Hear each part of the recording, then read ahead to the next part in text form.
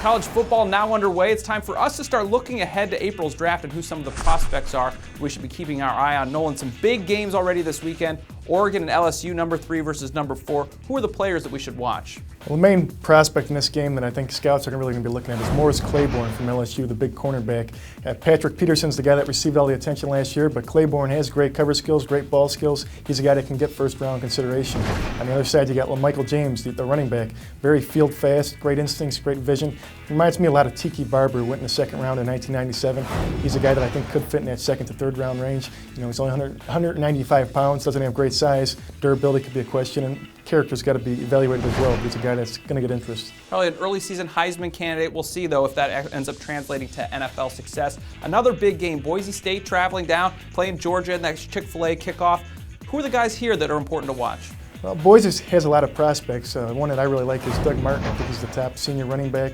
He's very strong, got a strong lower body, very well-rounded, can run, block, catch. He's a guy that stands out in special teams as well. He's really stood out early in his career, so I think he's a solid mid-round prospect. On the other side, you have Cordy Glenn, the left guard, who's moving out to left tackle this year. Has some problems with his weight. He's tended to fluctuate in the past, but he's a guy that's got left tackle feet. He could be a first-round talent this year.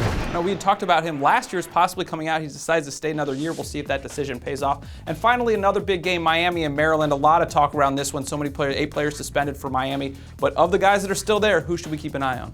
Well, you got 2 guys that are 6'4", 220 and running around, that 4'5", 4'6" range. And Maryland's Kenny Tate, he's a safety that's moving a linebacker this year. And on the other side, you got a receiver, LaRon Bird, who's staying 6'4". He's a guy that was in Randy Shannon's doghouse last year, didn't get enough playing time, but to me he's more talented than Leonard Hankerson, who went in the 3rd round to the Redskins last season.